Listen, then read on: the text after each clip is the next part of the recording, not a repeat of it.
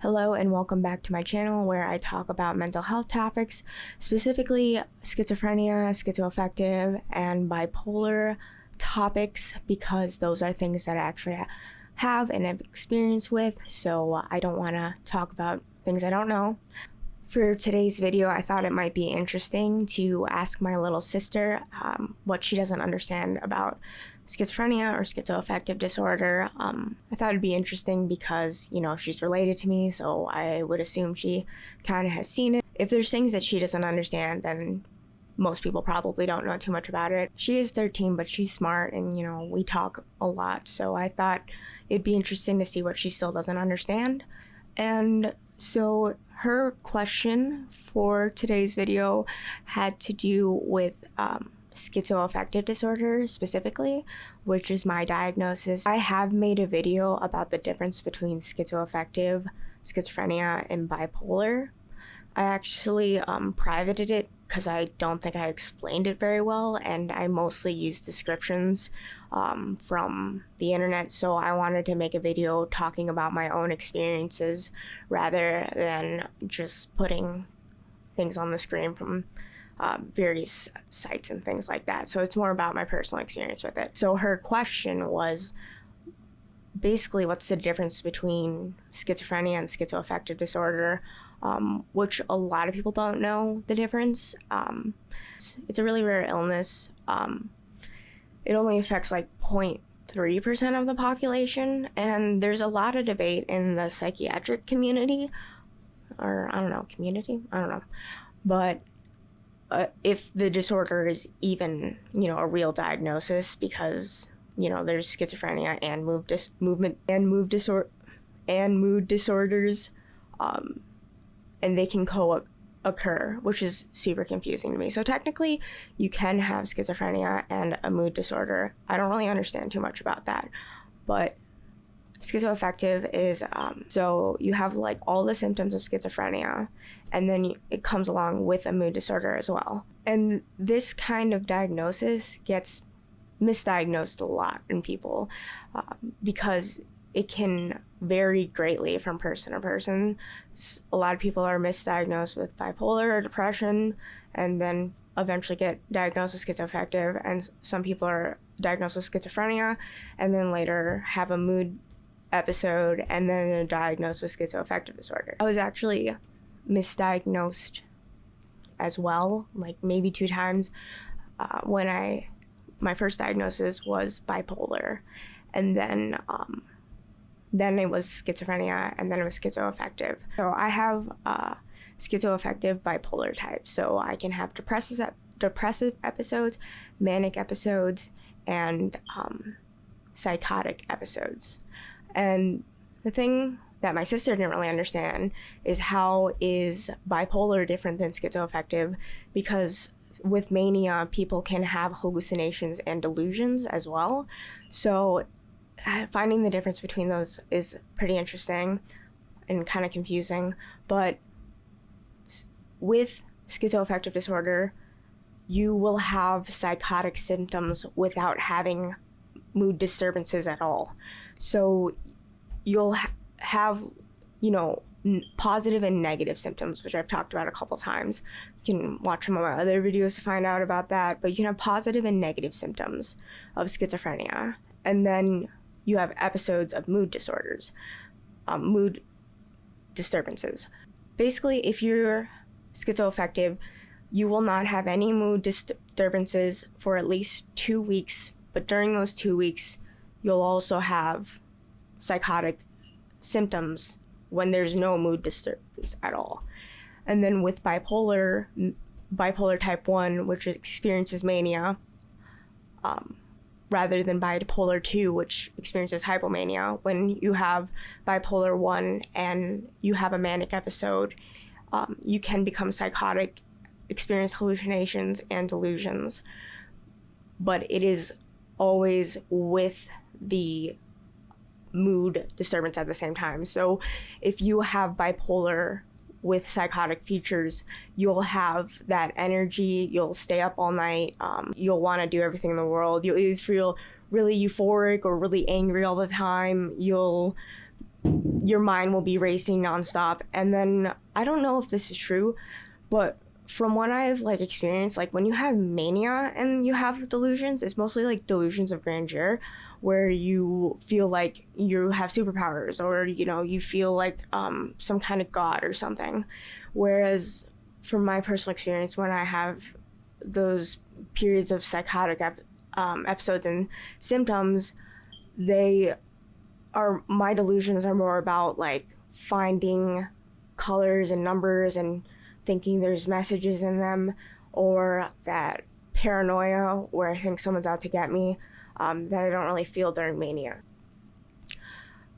Another thing worth mentioning that I don't think people realize or understand is that when someone's diagnosed with schizophrenia, it's not like they're constantly in a psychotic episode. It's not like they're constantly hallucinating and having delusions all of the time. In fact, the majority of people diagnosed with schizophrenia will only have like one episode their entire life.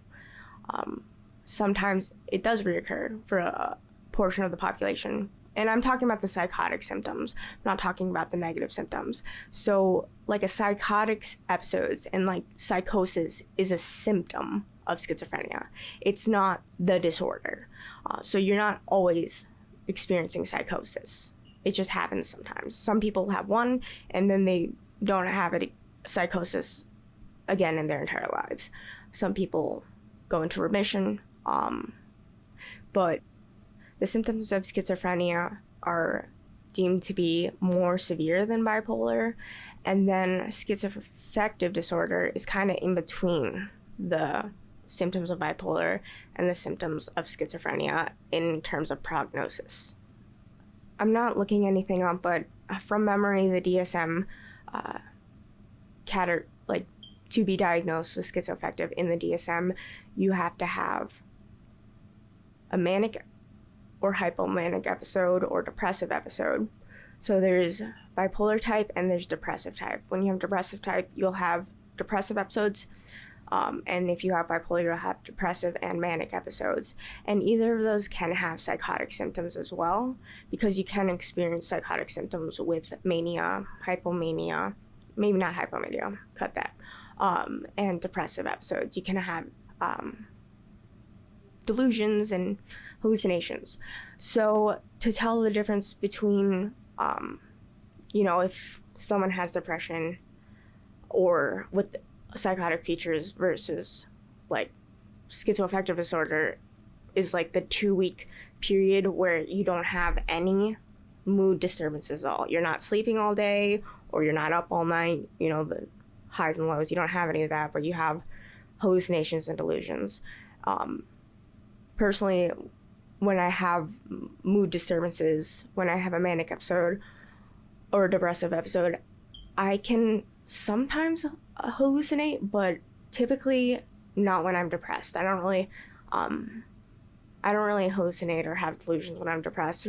When I have mania, I have hallucinations and get depressed.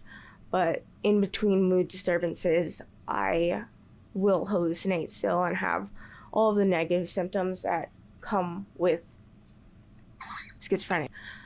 When it comes to mood disturbances, when you have bipolar type 1 or type 2, you only have one. It's like common to have like one episode a year. Some people, if you have 4 episodes in a year, that's considered rapid cycling. So it's not common. It's not like when you're bipolar, you're constantly up and down, which I think a lot of people assume that's what bipolar is, like up and down, up and down. You shouldn't be up and down, up and down. If your mood changes like every couple of days or a week or something, that's most likely like a different disorder, like a personality disorder, like borderline. But because to be considered an episode for bipolar, hypomanic episodes I think is 4 days, and then manic episodes like a week, and depressive episode, I don't remember, maybe 2 weeks, I think. I'll have to look that up and I'll put it on the screen if I'm wrong. You need to have those symptoms for a longer period of time than a couple days or, a couple hours in a day. There's some people who believe in ultra rapid cycling, which is even more, and then ultradian, which is that hourly, but those diagnoses aren't in the DSM, so they aren't considered to be criteria for bipolar disorder, at least not at this time. So I hope that answers my sister's question. I told her I wasn't going to answer it and she could watch this video. I guess to sum it up, I'd say when you have bipolar and you have delusions and hallucinations, you'll also have that overall high energy where you can stay up all night just doing things nonstop. Your mind's running 100 miles a minute. You want to do everything in the world all at once, and you're really reckless and impulsive. That's like a mood problem. You're having that mood problem while you're having the psychotic symptoms. Schizoaffective, you'll have that mood problem. And I'm strictly talking about mania. When you're bipolar, you'll have that when you're manic, those delusions and hallucinations. When you have schizoaffective disorder, you may become manic and have those same symptoms, but in between episodes, which is not common to have like more than one episode a year, which is what I said before. Between those episodes, you'll still have hallucinations and delusions. If you're unmedicated, obviously, things can go into remission. I think it's a really big misconception that people believe when you have these illnesses, you are just constantly experiencing the symptoms. These are all episodes. You can go into remission and have an episode years later or never again. It's not like a constant ongoing problem for most people. So yeah, I hope that answers your question. Sorry I didn't talk too much about schizoaffective depressive type. I just don't experience that. I don't know what psychotic symptoms look like with depression. I personally don't have them. Also, I'm sorry that I only post like once a month or longer. I only feel like making YouTube videos when I have really bad insomnia and have nothing else to do. So sometimes I have insomnia and that's when I feel like posting. I'm not going to promise like a normal schedule, but it's usually about once a month when I'm not able to sleep. Usually in the middle of the night, I feel like editing because I'm bored. So I had also filmed and recorded another interview with someone who's experienced drug-induced psychosis. And if Lucas is watching right now, I'm sorry I haven't posted that. It's just really difficult to edit interviews because I have to get the audio files from there and the audio files from my mic, and I'm recording on a separate camera, and it was also like an hour and a half long conversation. So that's like really a lot of work for me, and I've been so lazy. So I'm really sorry that I haven't like sat down, and I haven't even considered starting. It's just so much work and takes so many hours to do, which I'm going to get on that hopefully pretty soon. But I just wanted to film something shorter, a little different kind of topic than usual. Just put something out there. So yeah, I want to say on top of that, I recorded that interview and I want to put it out there. I also really like having conversations with people, and I really like interviewing people. And I know it's kind of weird to just talk to someone over the internet, but if someone or if anyone has like any interesting topics around schizoaffective, schizophrenia, even bipolar, and they want to have a conversation with me about these things, you can reach out. And if it's not something I've already talked about on my channel, or it's a good story for people to hear, I would love to have a conversation with you guys. And you can follow me. I only have Instagram. I'll put my Instagram on the screen. You can follow me there and send me a message. I'm going to figure out a better way to record the interview so I don't have to take 3 separate files, line them all up, and then, I'm going to find a better way to do it, is what I'm saying.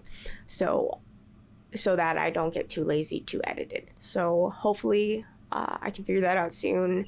Hopefully some of you guys would like to see that and participate in that.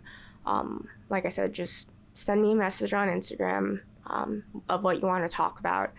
And, you know, if it's something, again, unique to my channel, I would love to have that conversation. So yeah, thanks for watching, and see you the next time I have insomnia. Bye.